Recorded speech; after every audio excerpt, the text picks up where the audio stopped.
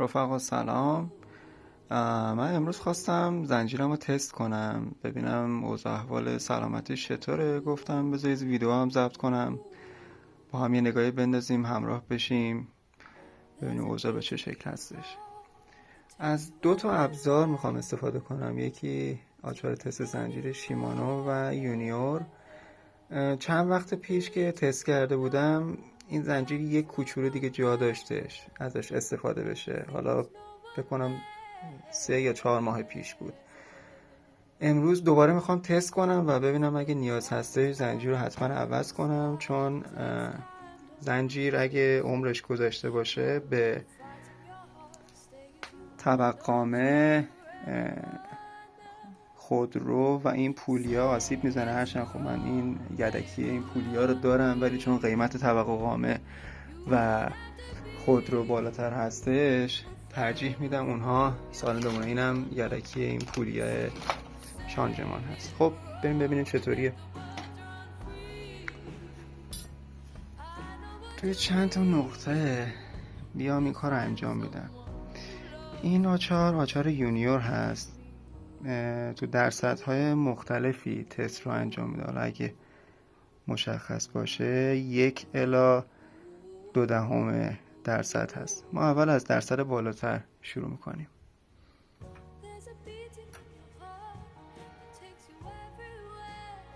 خب نشون میده فعلا زنجیر کار میکنه، در حالی که حد، ببینید من الان 75% رو تست کردم و میبینید طبق استانداردی که این زنجیر داره فعلا سالمه. به 1% که رسیدش یعنی دیگه اوضاع چندان هم متناسب نیست. با توجه به سطح دنده من که 3/9، حد سلامت سالم بودن یا نبودن 0.6%. الان این نزدیک عبور از 75%، در حالی که نگاه کنید حد بالا 0.2% و 0.5% هستش. ببینید عبور کرده از این حد. بریم یه چند تا نقطه دیگر هم تست بگیریم.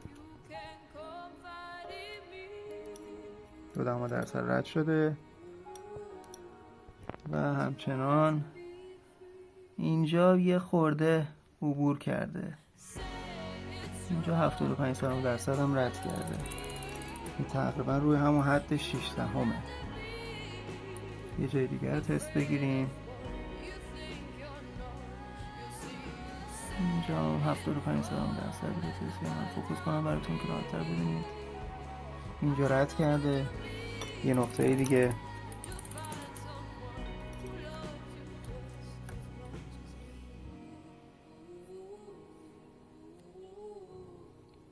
اینجا هم عبور کرده. توی 4 تا نقطه‌ای که اگه اشتباه نکرده باشم 4 تا نقطه رو گرفتم. توی 4 تا نقطه‌ای که ما الان تست کردیم با این آچار، این تقریبا به اون حد نهایت استفاده خودش رسید. فقط یک نقطه بودش که روی لب مرز 75%. حالا بریم با شیمانو هم تست کنیم ببینیم اوضاع چطوره. این بخش که حالت فنری داره رو شما توی پین قرار میدین، فاصله بین دو تا پین قرار میدین.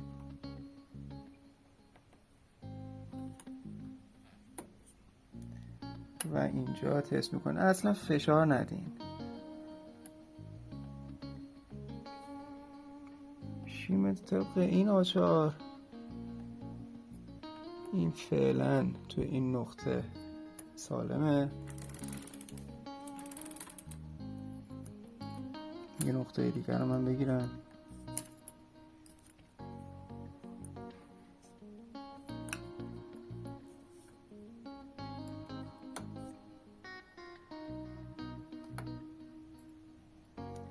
اینجا رد کرد. ببینین اینجا رد کرد. من اصلا فشاری نمیارم بره این سری، چون اگه فشار بیارم هم به همین ابزار آسیب میزنه، همین که دقتش رو این دستگاه این ابزار از دست میده. اینو باید همینجور رها کنید. اگه بالامون زنجیر سالمه و اگر مثل الان عبور کرد این زنجیر عمر خودش رو کرده. یه نقطه دیگر هم بگیریم.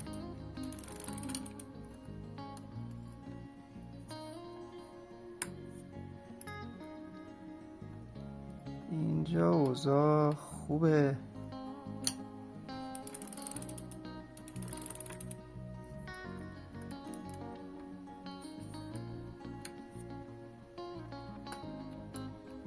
اینجا هم خوبه.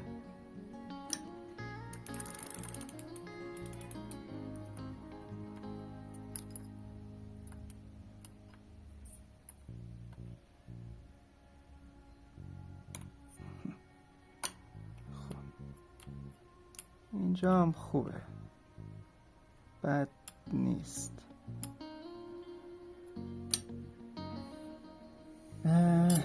با 2 تا آچار ما تست کردیم. از بین فکر کنم منم با این شیمانو هم 4 تا نقطه رو تست کردم. با شیمانو 4 تا نقطه، 1 نقطه از 4 تا حد سلامت رو رد کرده بود و با این ابزار یونیور 3 نقطه از 4 نقطه. من این چرخ خودم رو دست 2 گرفتم. زنجیرش هم چیزی که الان روشه KMCه.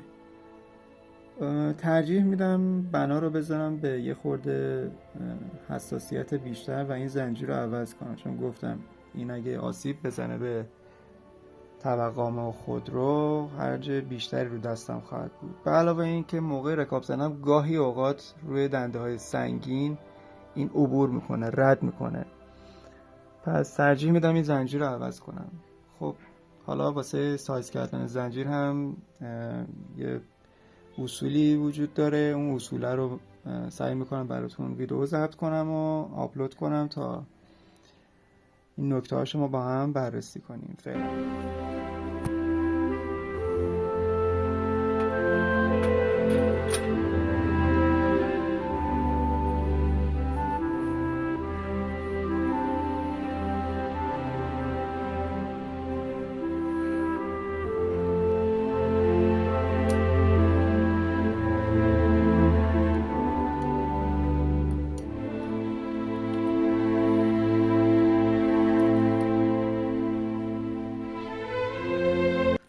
بچه‌ها یه نکته دیگه هم بهتون بگم. من یه خورده این زنجیر رو دارم دست میزنم بهش و هلوش فکر کنم 60 کیلومتر 70 کیلومتر هم باش توی شهر رکاب زدم.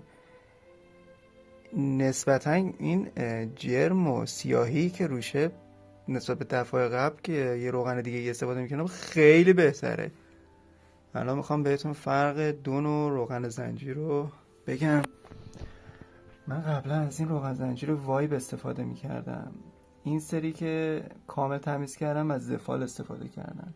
زفال یه چیز دیگه است. اگه دم دستتون بود حتما امتحانش کنید. خیلی خوب، ببینیم چی داریم اینجا.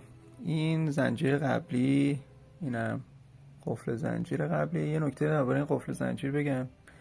این قفل زنجیر با این دفعه که باز شد دفعه سومی بود. نرمش اینه که شما دیگه نهایت 2 بار باز و بسته شدن این رو عوض کنید، چون مقاومت خودش رو دیگه از دست میده. این بار سومیه که بازش کردم با یه اشاره خیلی ظریف ابزار مخصوصی تق باز شد.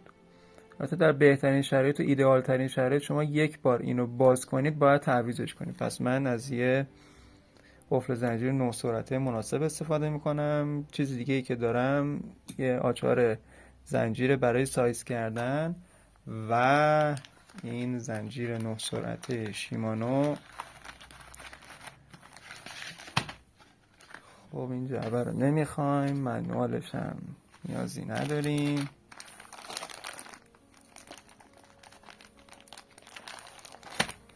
یه پین اضافی داره اینجا.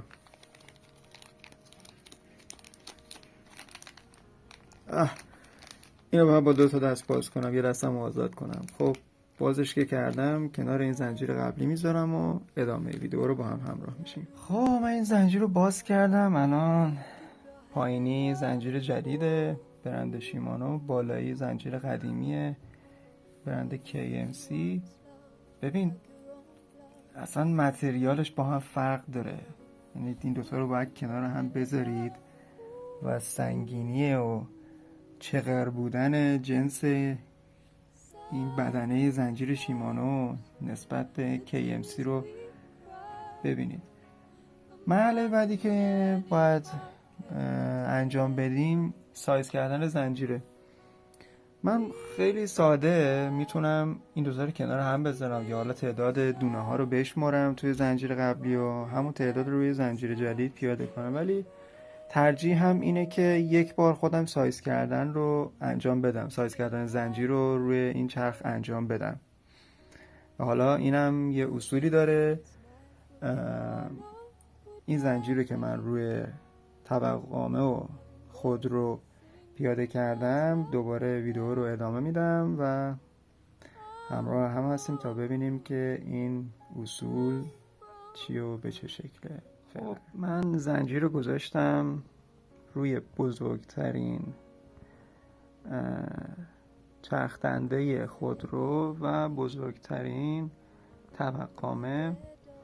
همونطور که میبینید کاملا زنجیر صاف هست، جوریه که اگه این رو یه خورده عقب‌تر بذارم این زنجیر شل میشه و جام نداره که بیشتر از این بکشمش. خیلی خوب، اینجا رو دقت کنین. توی این حالت که پین بعدی من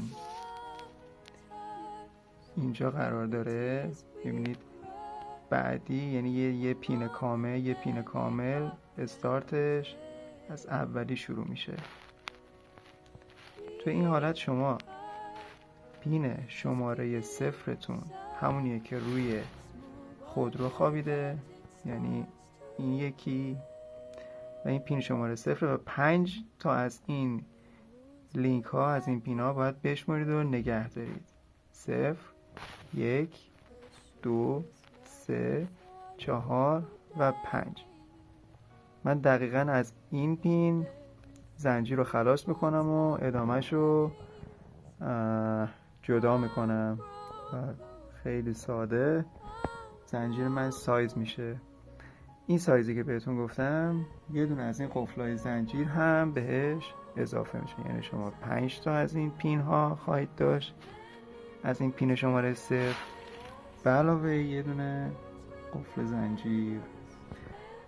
اینو ستش میکنم و برای روانکاریش هم دوباره یه نکته هستش که اونو باید اضافه کنم و همراه هم هستیم. خب زنجیر رو انداختم، یه دور هم دنده تعویض کردم و حس میکنم هم عملکرد سیستم دنده هم یه خورده بهتر شد و هم این که به نظر میرسید زنجیر قبلی یه دونه کوتاه‌تر بود.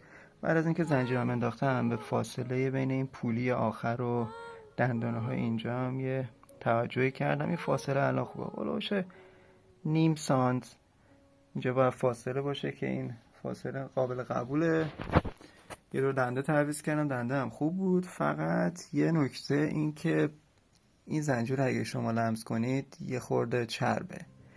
این گریسه که کارخونه خودش رو این زنجیر گذاشته و برای محافظت از زنجیر در برابر حالا رطوبت و عوامل محیطی بیرونه تا برسه دست مصرف کننده. این چربیش زیاده، گرد و خاک میگیره. پس پیشنهادم اینه که این زنجیر هم یه خورده لایت تمیزش کنید و بعد با روغن زنجیر مناسب روغن کاریش کنید. به عنوان شوینده من از این شوینده ها استفاده کردم و راضی بودم از اینا. خیلی مقدار زیادی هم نمیخوادم بریزم توی دستمال زنجیرشور، صرفا اینکه یه دستمال حوله‌ای داشته باشم و یه خورده این دستمال رو آغشته به این مایع زنجیرشور کنم و بگیرم دور زنجیر، پدال رو بگردونم یه خورده این چربی، این حالت لزجش گرفته بشه و روغنکاری و این چرخ آماده استفاده خواهد بود. اگه سوالی داشتید من در خدمتتون هستم. حتما حواستون به سلامت زنجیر باشه. این دوچرخه رو به خرج میندازه و از سرویس های دوره‌ای هم غافل نشید. بسته به استفادهتون یه دوچرخه بین سالی 1 بار تا 2 سالی 1 بار نیازه که سرویس بشه. برای سرویس هم من در خدمتتون هستم. سوالم اگه داشتین راحت باشین، حتما توی دایرکت هستم بپرسین، میتونید با هم تماس بگیرید. همینطور که داشتم روغنکاری میکردم یه چند تا نکته به خاطرم رسید، گفتم اینا رو هم با شما در میون بذارم. یکی این که اگر مسابقات شرکت نمی کنید کمتر از 5 دقیقه روغنکاری زنجیر براتون وقت میگیره.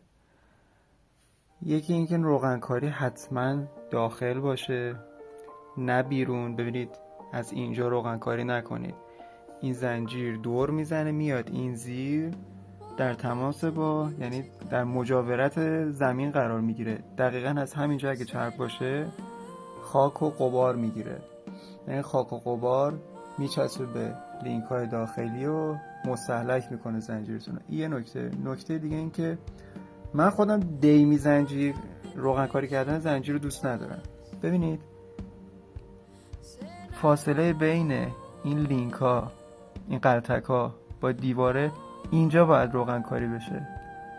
من خودم شخصا یا دونه دونه یه مقدار کمی روغن رو روی این لینک ها میذارم به عنوان حالا یه نشونه ای هم که گم نکنید از کجا شروع کردید. میتونید این قفل زنجیر رو به عنوان بنچمارک بپذیرید، یا این که نه حالا یه نخی از همین دستماله که شما دارید باش زنجیرتون رو تمیز میکنید یک گوشه نخش رو یه جوری گیر بدید به این دیواره، حالا اون لینکی که میخواین شروع کنید از اونجا روغنکاری رو شروع کنید.